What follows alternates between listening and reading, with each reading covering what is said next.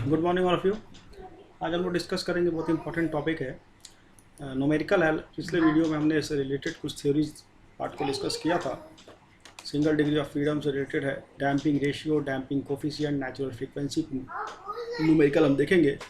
तो देखिए प्रॉब्लम क्या कह रहा है कि single degree of freedom system consist of A mass with weight of 175 kg and a spring constant k is equal to 530 kN per meter. While testing a system, a relative velocity of 30 centimeter per second was observed on application of a force of 450 kN. ठीक है, तो ये सब चीज़ें आपको find out करनी है। इसके अलावा भी कुछ चीज़ें हम निकाल सकते हैं, कभी कभी वो भी पूछता है, तो वो भी हम आपको बता दें क्या पूछता है। नहीं, डैम्पेड फ्रीक्वेंसी कभी कभी पूछता है, तो वन बाय वन हम देखेंगे। तो सबसे पहले देखिए, क्योंकि single degree of freedom system क्या होता है, इसके लिए हमने आपको एक वाटर टैंक का एग्जांपल लेके सिंगल डिग्री ऑफ फ्रीडम का इक्वेशन भी हमने डिराइव करके दिखाया हुआ है, तो आप वहाँ से भी देख सकते हैं। प्रॉब्लम में इस तरह की प्रॉब्लम बहुत ज़्यादा पूछी जाती है, क्योंकि जैसे कि आप देखेंगे कि वेट दिया हुआ है यहाँ पे किसी भी single degree of freedom system का, जैसे पानी की टंकी है, कुछ भी इस तरह के चीज़ें लेकर के वो पूछते हैं कि वेट इतना दिया हुआ है, स्प्रिंग कांस्टेंट हमेशा दिया रहता है प्रॉब्लम में।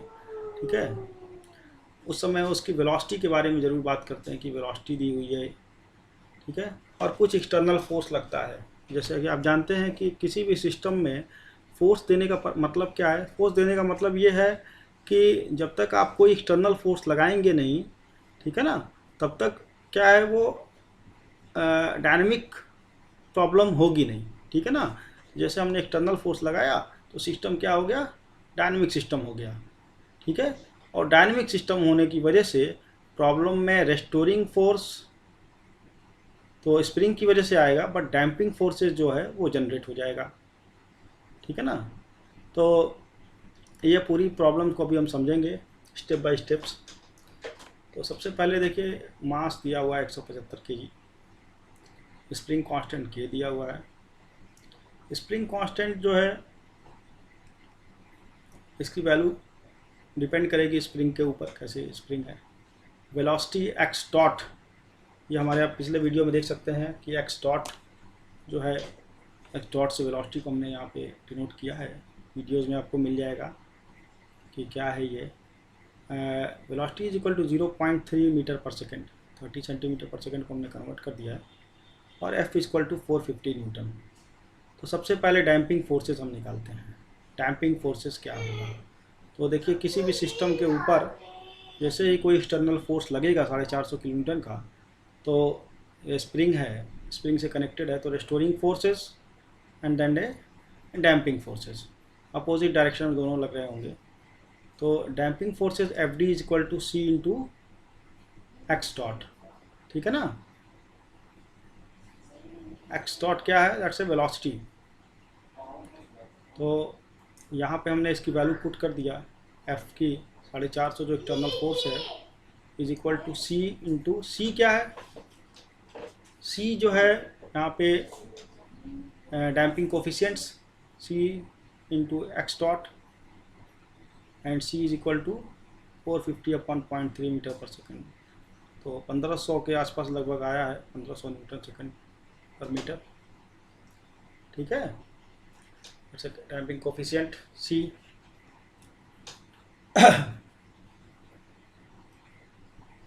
अब देखिए नेचुरल फ्रीक्वेंसी जो है, अभी हम omega is equal to √k/m, अभी थोड़ी देर पहले ही हम इसकी बात कर रहे थे, हमारे पिछले वीडियो में मिल जाएगा कि omega is equal to √k/m कैसे हमने लाया था डिराइव करके।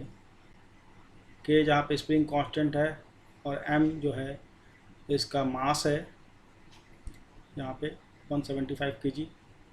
तो omega is equal to √k/m यहाँ पे पुट कर दिया हमने। ठीक है ना, तो ओमेगा की नेचुरल फ्रीक्वेंसी जो होती है वो हमेशा रेडियन पर सेकंड में होती है। ठीक है ना, तो नेचुरल फ्रीक्वेंसी की बात करें तो अभी हमने इसको बताया था कि नेचुरल फ्रीक्वेंसी क्या होती है। कि अगर ये आपको याद हो तो if you drop a metre scale या पेंसिल एनीथिंग, अगर आप किसी सरफेस पे ड्रॉप कर रहे हैं तो it will begin to vibrate. वो क्या करेगा, वो वाइब्रेट होने लगेगा। जैसे गिटार के ऊपर अगर हम कुछ मूवमेंट करें तो वो क्या होती है, कुछ ना कुछ उसमें वाइब्रेशन क्रिएट होता है, ठीक है ना। तो when each of this object vibrate they tends to vibrate at a particular frequency और सेट ऑफ फ्रीक्वेंसी, ठीक है। तो कुछ ना कुछ पर्टिकुलर फ्रीक्वेंसीज के साथ क्या करते हैं, वो मूव करते हैं, ठीक है ना, पर्टिकुलर सेट ऑफ फ्रीक्वेंसीज के साथ। The frequency at which an object tends to vibrate with when hit struck or somehow disturbed is known as the natural frequency of the object, ठीक है ना। तो कभी कभी वो नेचुरल फ्रीक्वेंसी ऑडिबल होती है, जैसे कभी हमको सुनाई देता है और कभी कभी हमको नहीं सुनाई देता है।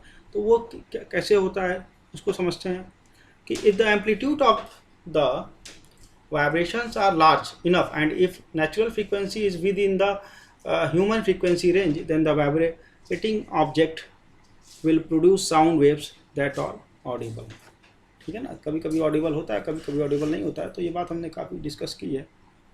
उसके बाद अब देखिए डैम्पिंग रेशियो, जो कि जेटा होता है, zeta is equal to c upon c c, ठीक है। C is the actual damping and that's a critical damping.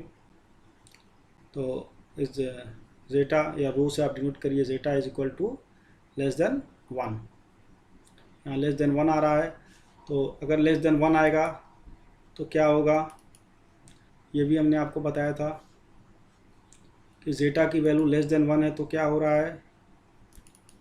देखिए आपको हम यहाँ पे दिखा देते हैं कि जेटा इज इक्वल टू, अगर 0 है दैट्स ए अनडैम्प्ड सिस्टम हो जाएगा। जेटा इज लेस देन 1 है that's a under damped system and zeta is equal to अगर 1 हो रहा है तो क्रिटिकल डैम्प होगा, ठीक है। Greater than zeta is greater than 1 है that's a over damp system. तो यहाँ पर जेटा की जो वैल्यू है वो हमारे लिए लेस देन 1 आ रही है। तो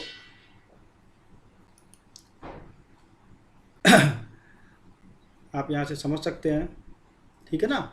and C C is equal to 2√k into M है, इसको यहाँ पे पुट कर दिया है हमने, सी सी की वैल्यू आ गई, ठीक है। तो हमने यहाँ पे दोनों ही चीज़ें निकाल ली हैं, actual damping and critical damping, ठीक है। दोनों चीज़ें फाइंड आउट हो गई। अब हम इस प्रॉब्लम में अगर आप देखें तो कभी कभी पूछता है, कभी नहीं पूछता है, डैम्पेड फ्रीक्वेंसी ओमेगा डी निकालने के लिए। तो damped frequency omega d is equal to nothing but omega n √1 minus zeta square. Omega n यहाँ पे नेचुरल फ्रीक्वेंसी है, ठीक है। √1 माइनस जेटा स्क्वायर अगर आप पुट कर देंगे तो डैम्पेड फ्रीक्वेंसी हमारी निकल के आ जाएगी, ठीक है। और डैम्पेड फ्रीक्वेंसी हमेशा जो होगी वो लोअर देन होगी नेचुरल फ्रीक्वेंसी के, ये बात भी मैं आपको बता चुका हूँ, ठीक है। तो ये हमेशा नेचुरल फ्रीक्वेंसी से कम आएगा डैम्पेड फ्रीक्वेंसी की वैल्यू, एंड